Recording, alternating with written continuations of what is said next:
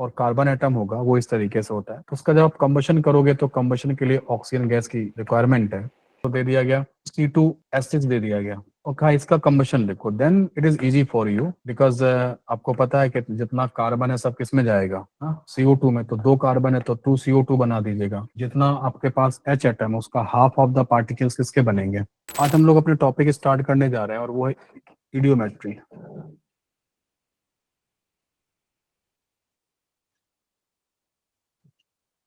इडियोमेट्री को हम लोग गैस एनालिसिस भी कहते हैं। इडियोमेट्री में मेनली क्या किया जाता है, मेनली हाइड्रोकार्बन का कंबशन किया जाता है। कांच की ग्लास कांच की ट्यूब होती है और उसमें इडियोमेट्री के अंदर वो कंबशन किया जाता है ना। तो हम कहते हैं कि in idiometry idiometry combustion of hydrocarbon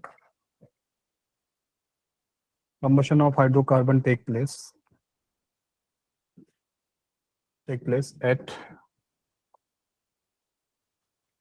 constant temperature and pressure। Constant temperature pressure पे क्या होता है हमारा, ये रहता है, इस तरीके से रहेगा, है ना। इडियोमेट्री जो है ना वो इस तरीके से रहता है। कांस्टेंट टेम्परेचर प्रेशर पे हम लोग क्या करते हैं, हाइड्रोकार्बन का कंबशन करते हैं। हाइड्रोकार्बन के कंबशन से CO2 और वाटर बनता है। और यहाँ पर भी क्योंकि प्रेशर और टेम्परेचर कांस्टेंट है तो यहाँ पर भी क्या होगा, V प्रोपोर्शनल टू क्या रहेगा बोलो, N रहेगा। इस टॉपिक में भी आप क्या कर सकते हो, इस टॉपिक में भी आप वॉल्यूम को और के जगह मतलब नंबर ऑफ मोल्स की जगह पे वॉल्यूम ट्रीट कर सकते हो, है ना। मतलब यहाँ पर भी जो ml का डेटा होगा, लीटर का डेटा होगा, वो डेटा किस में ट्रीट हो सकता है, वो मोल की तरह ट्रीट होगा। 10 ml यहाँ 10 मोल माने जाएंगे, है ना। 20 ml यहाँ पे 20 मोल माने जाएंगे। इस तरीके से यहाँ पे काम चलेगा बिकॉज ये इस ऐसा रहेगा।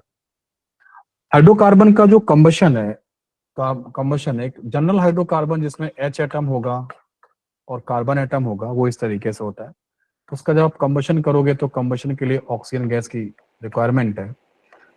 हम कहते हैं कि जितना भी कार्बन एटम है वो सब किस में चला जाता है बोलो, CO2 में चला जाता है। कितने कार्बन एटम है यहाँ पे, XCO2 बनेगा। तो यहाँ पे XCO2 बनेगा। कितने H एटम है, So Y by Y 2 atom है। H2O। तो आधा जो होता है, हाफ जो होता है वो क्या बनता है, वाटर बनता है। और वाटर का फिजिकल स्टेट इडियोमेट्री में लिक्विड माना जाता है। यस। जब तक कि आपको ये बोला ना जाए कि इडियोमेट्रिक ट्यूब में टेम्परेचर उन्होंने 100 डिग्री सेल्सियस से ज्यादा रखा हुआ है। अगर टेम्परेचर 100 डिग्री सेल्सियस से ज्यादा रखा है तो इसका मतलब वाटर के बॉइलिंग पॉइंट से ज्यादा। यस। वाटर के बॉइलिंग पॉइंट से ज्यादा पे काम को, तो फिर वाटर लिक्विड रहेगा क्या। No sir. उस केस में आप क्या कर सकते हो, यहाँ पे क्या लिखोगे, गैस। यहाँ पे गैस लिखो। अदरवाइज आपके पास अधिकार है, अगर कोई टेम्परेचर कुछ मेंशन नहीं है तो आप क्या लिखोगे, हमेशा हमेशा आप लिक्विड लिखोगे। ठीक है ईशा, आ गई बात समझ में। हाँ सर। है ना, दिशा तो बोल ही रहे, अनन्या हो रहे, ठीक है, सौरभ कर ही रहे, ठीक है, समय का ही, ठीक है, पूजा देख लो। अब जरा प्रोडक्ट में देखो, प्रोडक्ट में जो आपको O एटम दिखाई दे रहे हैं ना, वो एटम आए कहाँ से, इसके पास तो नहीं है, हाइड्रोकार्बन के पास, है ना। ये हाइड्रोकार्बन के पास तो नहीं है वो atom. 2x plus y by 2 by 2।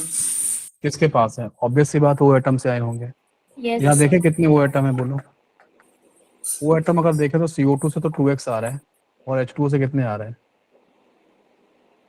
y by 2। लेकिन हमें कोफिशिएंट किसका चाहिए, O2 का चाहिए। अगर हम O2 मॉलिक्यूल करेंगे तो क्या हो जाएगा बोलो, इसका आधा। जैसे अपने पास 10 O एटम है तो O2 कितने बनेंगे ईशा, 10 O एटम है तो O2 कितने बनेंगे, 5। तो जितने O एटम उसका आधा बनाते हो ना O2, आधा बना लो, X plus y by 4, X plus y by 4। इस तरीके से कंबशन इक्वेशन जो है ना आप याद रखिए। अगर आपको कभी ये इक्वेशन कब काम आती है, जब आपसे मॉलिक्यूलर फार्मूला कैलकुलेट करने के लिए बोलता है क्वेश्चन में कि उसका मॉलिक्यूलर फार्मूला बताओ हाइड्रोकार्बन का, तब तुम्हें हाइड्रोकार्बन का फार्मूला मानना पड़ता है CXH, तब तुमको यही इक्वेशन लिखनी पड़ेगी। अगर ये नहीं लिख पाओ, यहाँ कुछ मिस्टेक करोगे तो कुछ नहीं होगा।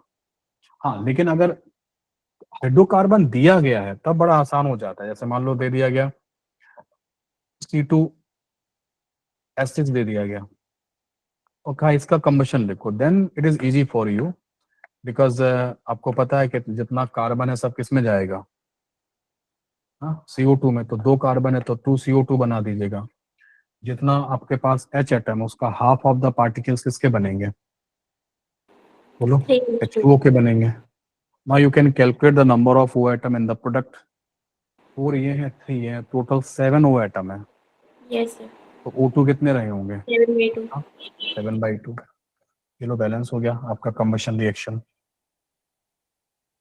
तो हाइड्रोकार्बन जब दिया होगा उस समय कोई प्रॉब्लम नहीं है कि आपको करने के लिए। जैसे मान लो किसी ने मान लो एल्कीन दे दिया, मान लो ब्यूटीन दे दिया, C4H8 दे दिया, अब बोला कि इसका कंबशन करो, अगेन कोई प्रॉब्लम नहीं है। किसी भी प्रकार का हाइड्रोकार्बन हो, सभी कार्बन किस में जाएंगे, 4CO2 4CO2 बना दीजिएगा और प्लस 4H2 4H2 बना दीजिएगा। ओ एटम कितने, 8 ओ एटम यहाँ पे, 4 यहाँ पे, तो 12 ओ एटम है। तो 12 में क्या करिएगा, 12 में 6 कर दीजिएगा।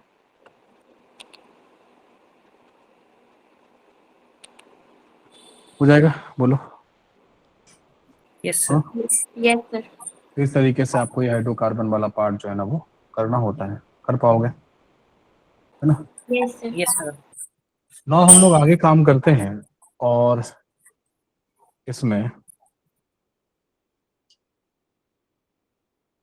अगर इस तरीके का हाइड्रोकार्बन मिल जाए आपको, CXH/OZ टाइप का हाइड्रोकार्बन मिल जाए जिसमें ऑक्सीजन एटम पहले से हो, जैसे अल्कोहल ओ एटम होता है उसके पास, ईथर ओ एटम होता है उसके पास, एल्डिहाइड उसके पास ओ एटम होता है, कीटोन उसके पास ओ एटम होता है, एसिड एस्टिक एसिड वगैरह उनके पास ओ एटम पहले से ही होते हैं। तो ओ एटम कंटेनिंग अगर हाइड्रोकार्बन है तब क्या करोगे, तो अब यहाँ पर भी यही है, जितने कार्बन है वो सब किस में जाएंगे, CO2 CO2 में जाएंगे। तो HCO2 बनेगा और H2 H2O लिक्विड बनेगा। अगेन आपको यही करना है कि यहाँ पे ओ एटम का कोफिशिएंट निकालना है। तो यहाँ पे ओ एटम कितने आएंगे, बोलो, 2x plus 2x, y by 2x plus y by 2। लेकिन हमें क्या करना है, अब की बार यहाँ पे जो ओ एटम आ रहे हैं ना वो 2 जगह से आ रहे हैं, एक तो हाइड्रोकार्बन से आ रहा है, एक ऑक्सीजन से आ रहा है। यस तो सर, जो हाइड्रोकार्बन वाले ओ एटम है ना वो माइनस कर दो यहाँ पे जेड।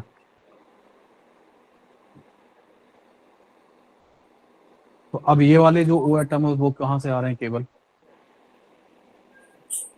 ऑक्सीजन से। ऑक्सीजन से आ रहे हैं। हमें ऑक्सीजन का एक कोफिशिएंट चाहिए है। तो ये ओ एटम हो गया, तो O2 मॉलिक्यूल कितने हो जाएंगे, x plus y by 4 minus z आधा by कर 2। दें, -Z/2। यस सर, ठीक है, इस तरीके से। तो यहाँ पे हो जाएगा x plus y/4 minus z/2 Z/2 O2। O2।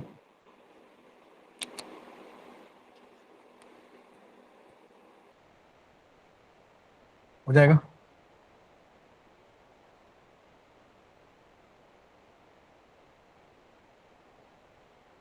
Done, कर पाओगे, है ना। फिर से वही है कि आपका सर मैं कब कौन सा हाइड्रोकार्बन मानूंगा। अगर आपका क्वेश्चन ऑब्जेक्टिव है तो वो ऑप्शन से पता चल जाता है कि उसमें अगर ओ एटम दे रखे हैं तो फिर हाइड्रोकार्बन में ओ एटम होगा। सब्जेक्टिव होगा तो उसमें लिखता है कि हाइड्रोकार्बन कंटेनिंग ऑक्सीजन, ये बात लिखी जाती है।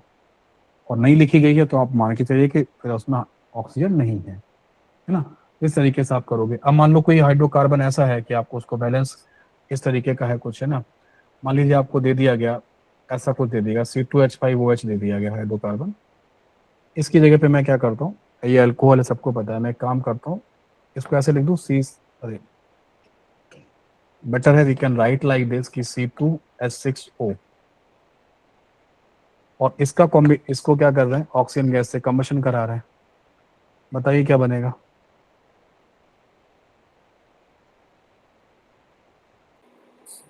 Sir 2CO2 plus 3H2O। जितना कार्बन है वो CO2 में जाएगा, जितना H एटम है वो सारा किस में जाएगा, पानी में जाएगा। अब यहाँ पे ऑक्सीजन कितना है, 4 तो यहाँ से आएगा, 3 O से आएगा, टोटल कितना हो गया, 7। यस सर, लेकिन 7 में एक वो एटम तो ये वाला भी है, Yes, sir. CO2. तो 6 बचे, Yes, sir. एक माइनस कर दो इसमें से, तो 6 बचा। ये जो 6 ओ एटम है वो कहाँ से आएंगे, इससे आए होंगे, 6 by इसलिए यहाँ 2 पे and 3 लगेगा। Yes, sir.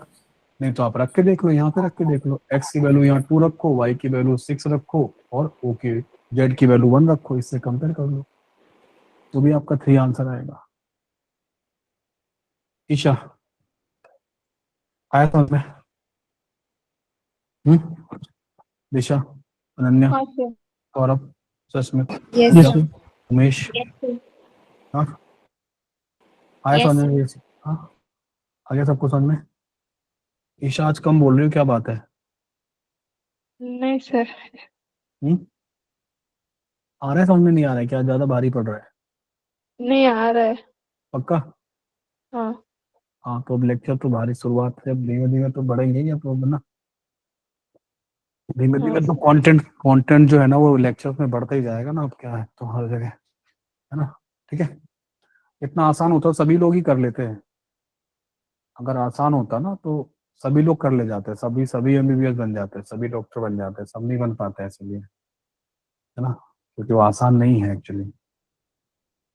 तब तो है, मेहनत करनी पड़ती है सबको, तो दोनों करनी पड़ती है, टीचर को भी करनी पड़ती है, स्टूडेंट को भी करनी पड़ती है।